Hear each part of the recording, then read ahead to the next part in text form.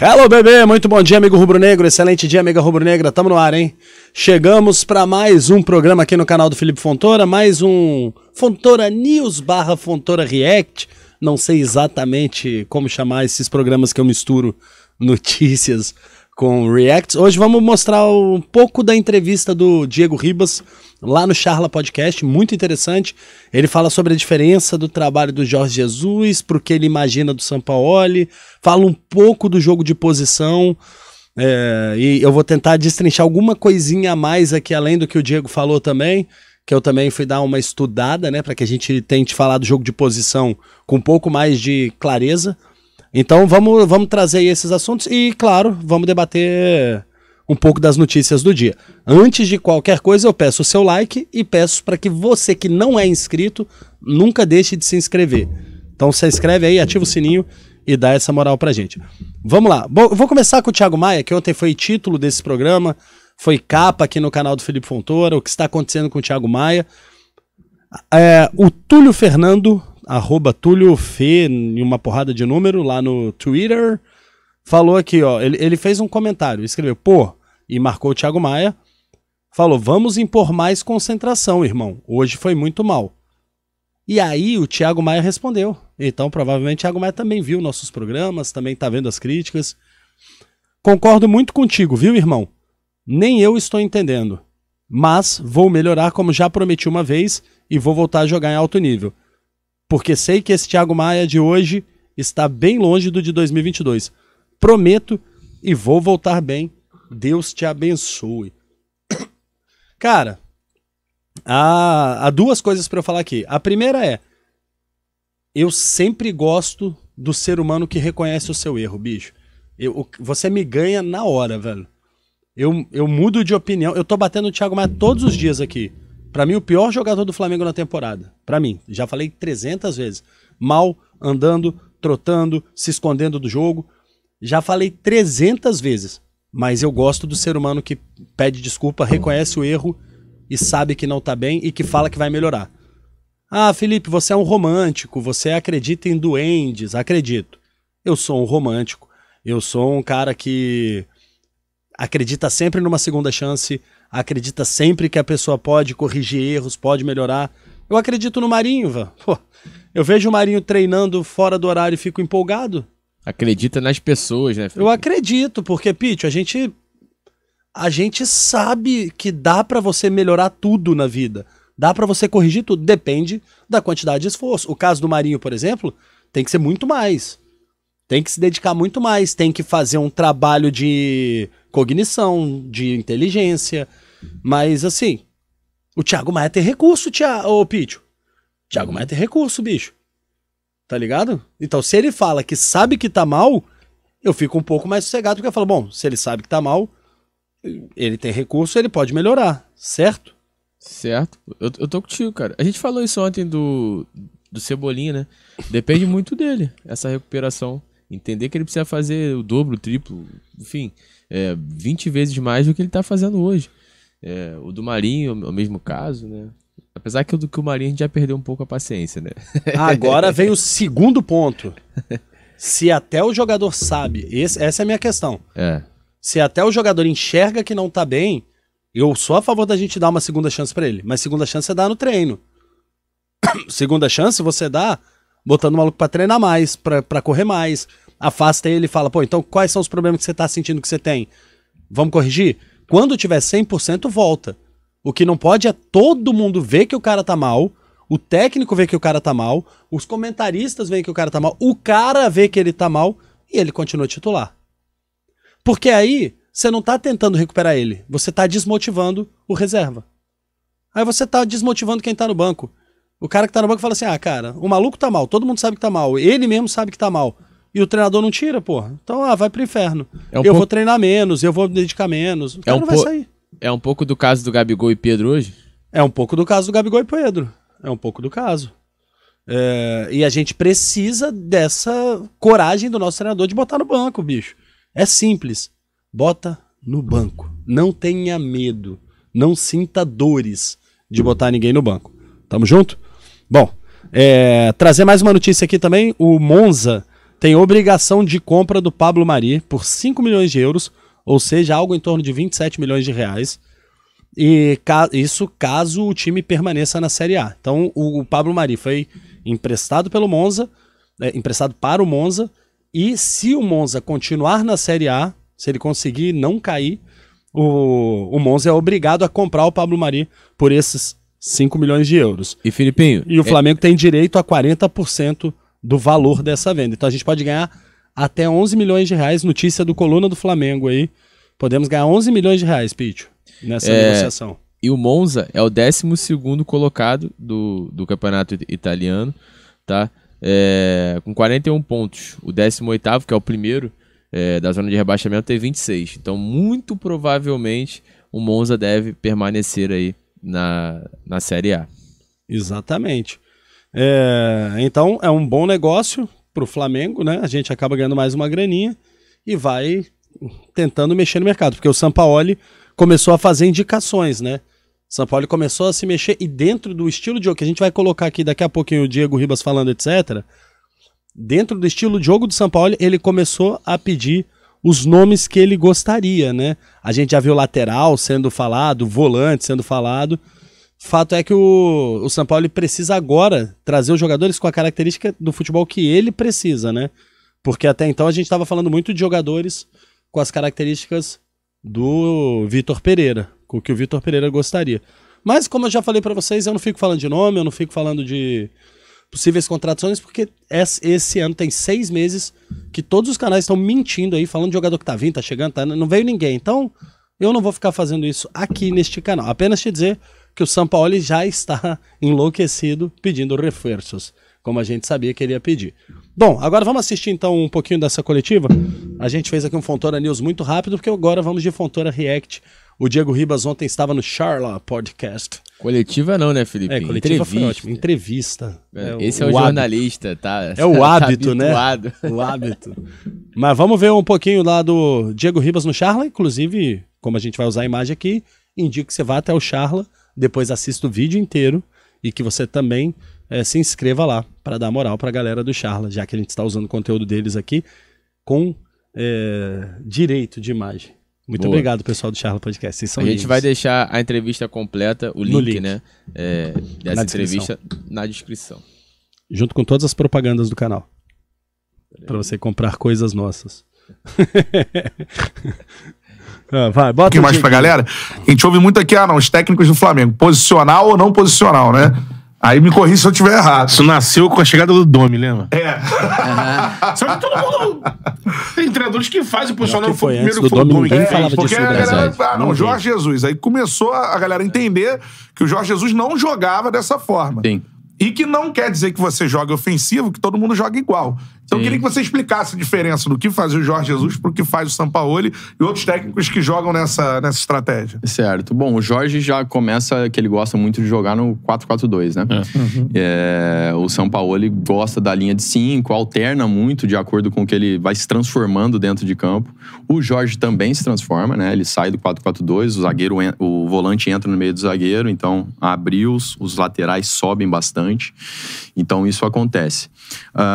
Mas o principal, talvez, dessa diferença do Jorge Jesus é essa linha de 4 que ele coloca, 2 jogadores na frente, a forma como ele conseguiu usar o Gabi e o Bruno Henrique nessa função é uma coisa, assim, extraordinária, porque eu não acredito que o Sampaoli pretenda fazer isso nesse primeiro momento. A verdade é que tem muitas opções, né? Então, cabe ao treinador também. O Flamengo, para mim, é o melhor elenco do Brasil. Hoje não é a melhor equipe, mas é o melhor elenco. Então, ele consegue transformar e se reinventar como treinador também. O Jorge teve situações que ele fez aqui que ele nunca tinha feito, né? Colocar um segundo volante, talvez mais ofensivo. A forma como ele encaixou Gabi e Pedro junto, ele talvez tinha um jogador mais de referência normalmente nos outros times que ele passou. Aqui ele pegou 2 de mobilidade e conseguiu encaixar muito bem. Então eu vejo esses dois jogadores que jogavam, com o Jorge, que ficava lá, não é muito o que o Sampaoli pretende, ele pretende mais um jogo de profundidade, pelo que eu vi, né, com o Marinho, já colocou o Marinho logo titular, colocou a Ayrton lá do outro lado, para ser um jogo bem agudo. E a linha de 4 do Jorge, né? A linha de 4 dele defensiva era muito alta. O Sampaoli também gosta, eu vi, só que é cedo para dizer se vai realmente manter aquilo e se vai fazer de uma forma precisa, porque não é fácil fazer isso. Tem que estar muito sintonizado, porque senão você pode sofrer uma bola nas costas da zaga e o cara sair cara a cara. Né? Até o Jorge acertar, a gente vai lembrar do jogo do Bahia, né? Jesus, né? E era a estreia do Felipe, se eu não me engano, no jogo do Bahia, né? Aí a correria de Gilberto, né? Lá atrás, né? E, cara, mas espetacular, assim, explicar pra galera essas diferenças, né? Porque a gente fica muito, né? A galera que é leiga e tal, fica muito na parada, não. O cara é ofensiva, defensiva, né? O cara prepara o time reativo ou prepara o time pra ter a bola. E não é só isso, né? Pelo simples fato, às vezes, de botar um 3 zagueiro, a galera amassa assim, já fica... Ai, o jogo 3 zagueiros... No Flamengo isso é uma polêmica. Mas isso não quer dizer que vai ser defensivo, muito pelo contrário. Mas até aproveitando que o Catarina entrou nesse assunto, que é uma coisa que a gente fica... Cara, tem muitas coisas interessantes nessa primeira fala do Diego aí.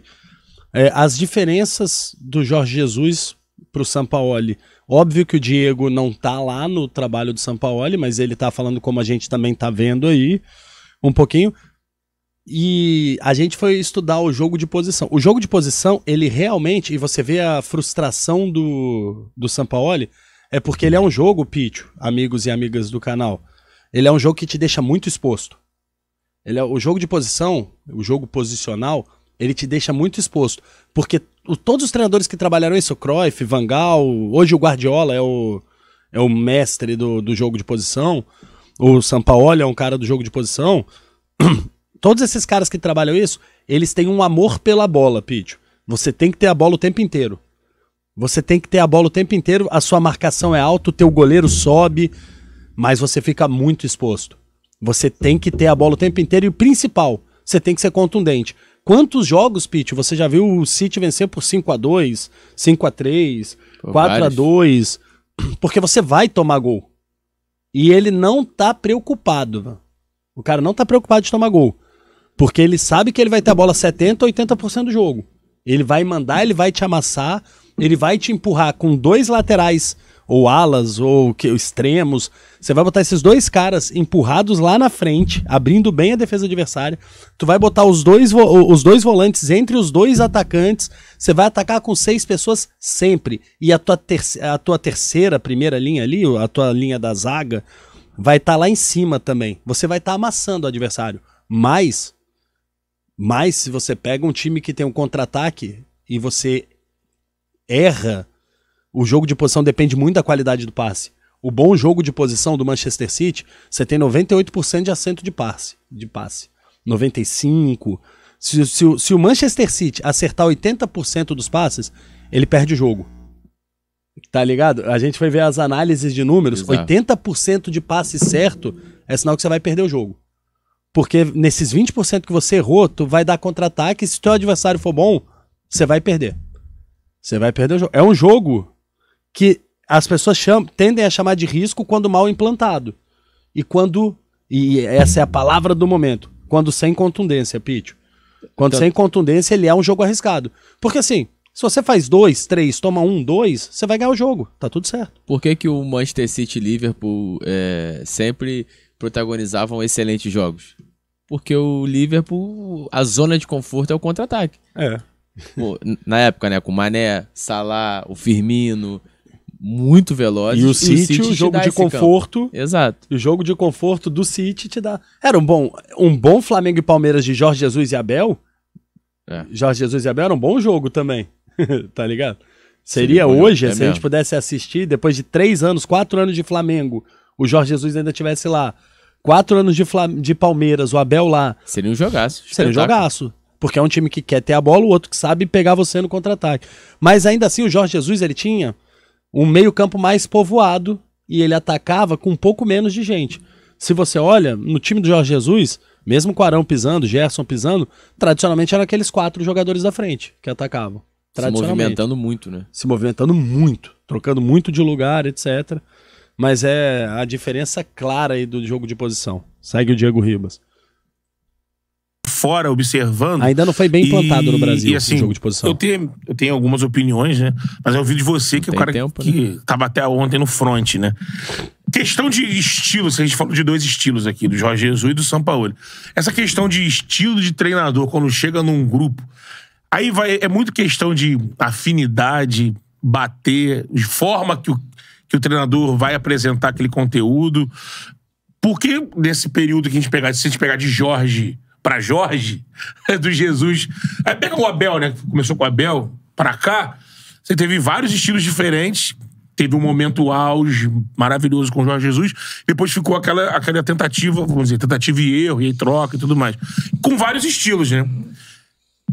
O que você entende que foi primordial para os estilos que não deram certo não terem encaixado, por exemplo? Eu gosto sempre de dividir a responsabilidade. Sempre que eu tive lá no Flamengo, eu fazia questão de falar: a responsabilidade é nossa, como jogador, treinador, diretoria.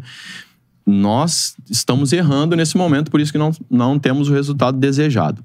Mas a minha opinião é que o treinador é peça fundamental. Ele é mais que 50%, na minha opinião, 60%, dependendo do time, 70%. Na minha opinião, tem gente que não concorda, tudo bem. Mas ele implementar, ele saber usar as peças que tem. Porque você pode ter um elenco repleto de estrelas, excelentes jogadores. Eu já vivi isso na Juventus, eu já vivi isso no Atlético de Madrid, quando era um treinador, né, o Manzano, espanhol. Nós estávamos aí eliminados para time da 2ª divisão na Copa do Rei, aí chega o Simeone.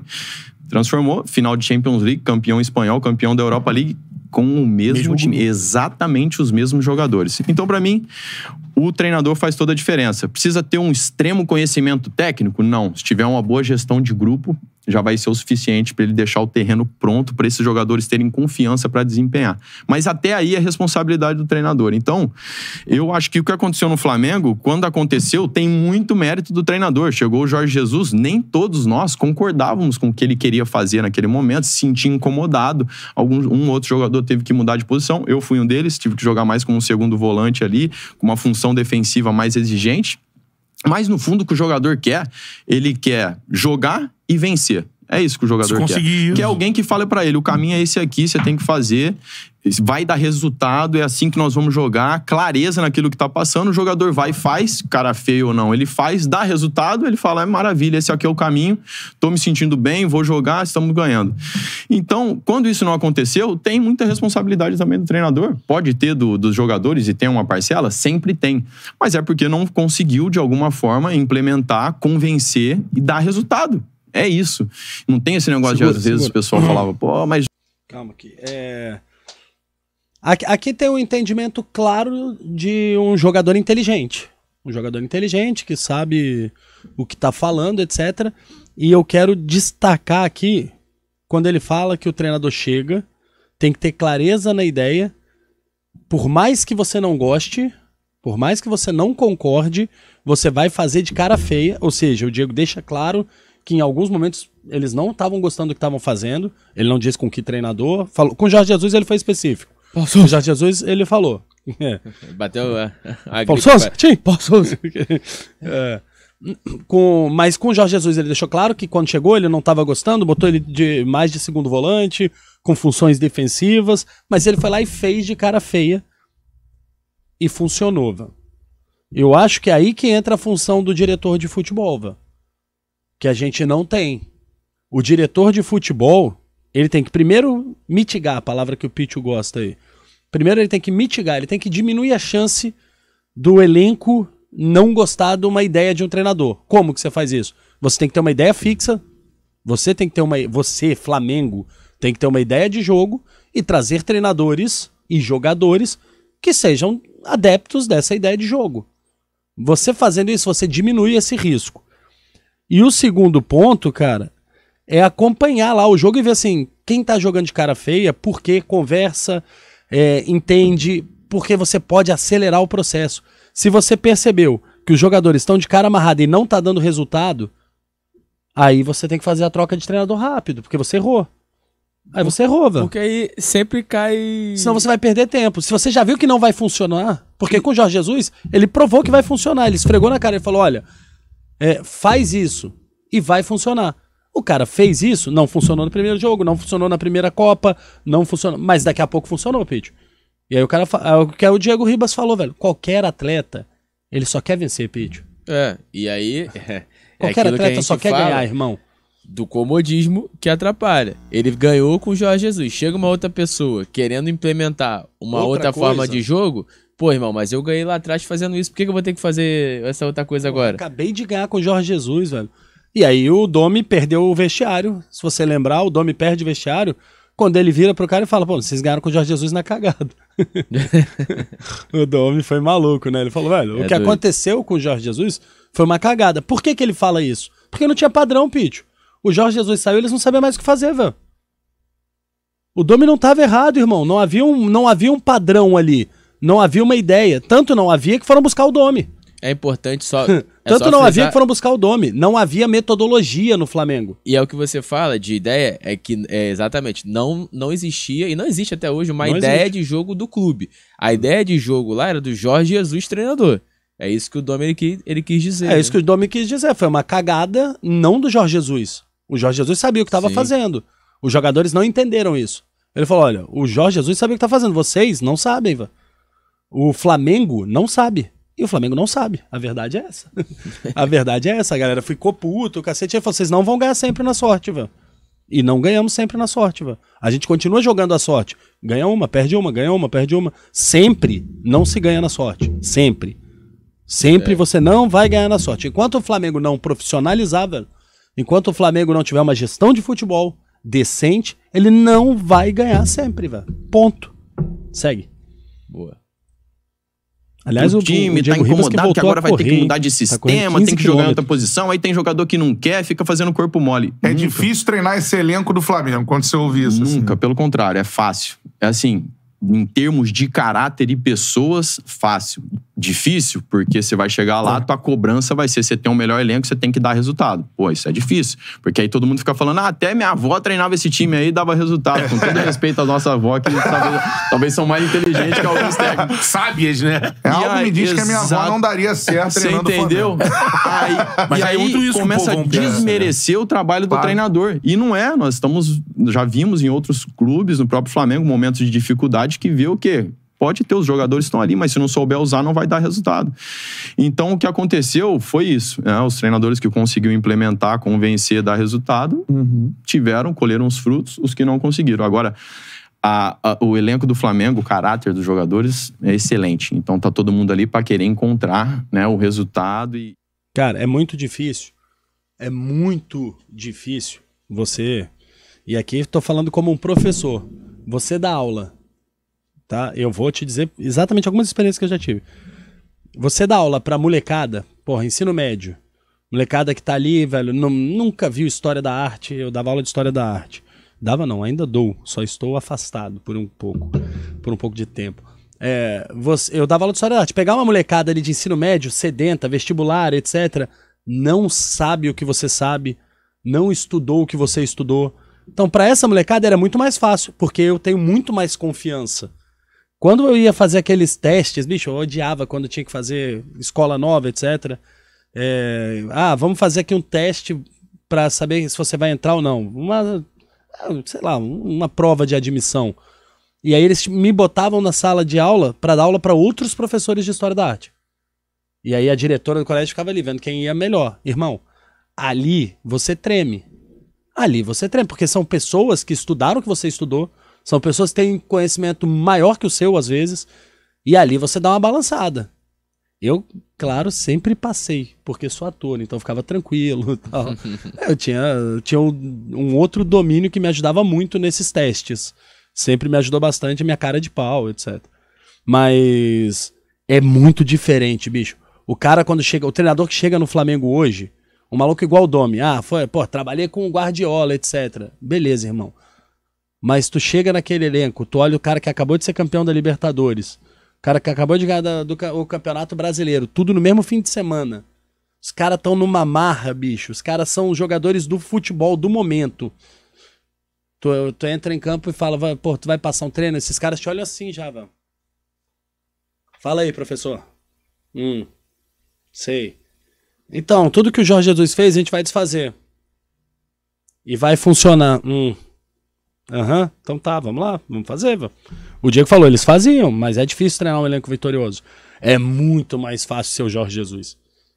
Na história do Flamengo, né? Muito mais fácil guardar as proporções do belíssimo trabalho dele. Porque você chega no elenco e não ganhou nada. Ô, Pete, quando eu chego num lugar que ninguém ganhou nada, velho. É muito mais fácil. Porra, ninguém ganhou nada. Eu viro pra eles e falo, amigão, vai fazer isso aqui. Mas não... bicho, Flamengo não chega numa final de Libertadores há 38 anos. Então mete o rabo entre as pernas aí, velho, e vai jogar o que eu tô mandando. Porra, hoje em dia o Flamengo chegou em 3 finais em 4 anos. Tá ligado? Pois é. Qualquer treinador que chega lá, irmão, tá enrolado. É um elenco difícil. E por isso só pode ser com um treinador que tem, porra, pulso. E tá faltando esse cara do pulso. Por isso que eu tô acreditando no Sampaoli. Comando, né? Flamengo... Belo corte, né, Pítio? Belo corte. Valeu? Por hoje? That's all, folks. Exato. Cara, muito legal esse Fontoura News React. Fontoura React News, uma mistura dos dois. Com informação, com um debatezinho e trazendo pra você aí também um destrinchar das ideias do Diego Ribas sobre o Paulo, sobre o Sampaoli. Paulo Souza também. Sobre o JJ. E também tinha um pouco de Paulo Souza, de Domi. Falou um pouquinho de tudo ali, Rogério Ceni, Gaúcho. Beleza? Você quer viver de YouTube? Ah, moleque, quer ter um canal? Ou você já tem um canal e ele não tá andando? Você quer ter uma metodologia? Nós criamos aí o Vivendo de YouTube. Vivendo de YouTube é um curso barato, 197 pratos. Você pode dividir em 12 vezes, mano. E a gente ensina todas as agruras com todos os nossos erros e atalhos. Tudo. Tudo que a gente fez de merda, a gente estudou, criou um método. E esse método em 7 passos tá aqui, ó. Vivendo de YouTube, 7 passos para você ganhar dinheiro, para você poder ter uma tranquilidadezinha na vida para fazer o que você gosta, para fazer o que você curte. E o link também, Filipinho, tá na descrição. Se der algum problema no QR Code, você não conseguir escanear aí... É só abrir a descrição. O primeiro link já é do Vivendo de YouTube, do nosso curso. Ai, Felipe, eu não quero não, mas eu tenho uma filha, pô, que tem um canal, tá querendo... Eu tenho um primo, porra, manda pra pessoa, ajuda aí que ela vai agradecer. Tamo junto? É isso, meus amigos. Curte, comenta, compartilha, se inscreve no canal, ativa o sininho e hasta lá próxima, bebês, porque nós fomos. Tchau.